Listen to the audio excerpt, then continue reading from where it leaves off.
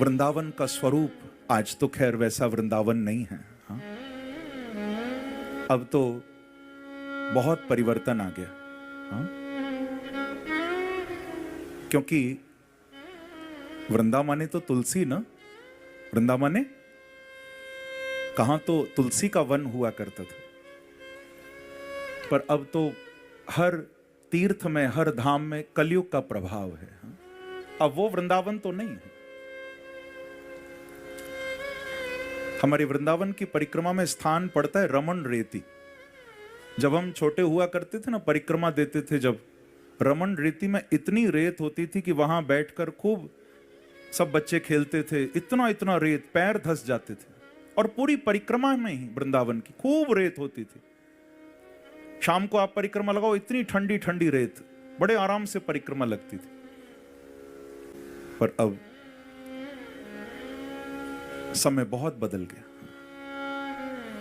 लेकिन फिर भी मैं कहूंगा बंधुओं, भागवत कह रही है, ये भागवत जी के शब्द हैं, सानिध्यम नित्यदा हरे। चाहे कितना भी युग परिवर्तन हो जाए, समय बदल जाए, परंतु उस धाम की महिमा कम नहीं हो सकती। भूमि में परिवर्तन आ सकता है, पर महिमा में परिवर्तन नहीं होता। याद रखना इस बात को। वृंदावन की महिमा आज भी वही है। और अगर नहीं होती तो आप बताओ, मैं तो बचपन से देखता हुआ आ रहा हूं भैया, मैंने वृंदावन में लोग कम होते हुए नहीं देखे, मैंने तो लोगों का सैलाब उमड़ते हुए देखा है वृंदावन में। अगर महिमा कम होती तो फिर ये क्यों आते?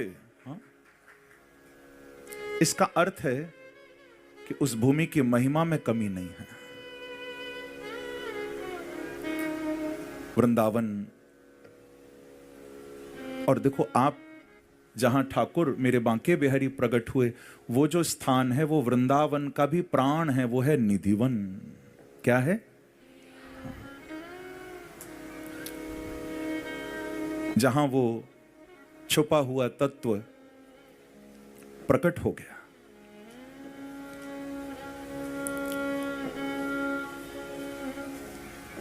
मेरे प्रभु सबके लिए प्रकट नहीं होते भैया। स्वामी जी के उस साधन में, उनके आराधन में, उनके गायन में, हाँ, वो भाव था कि उस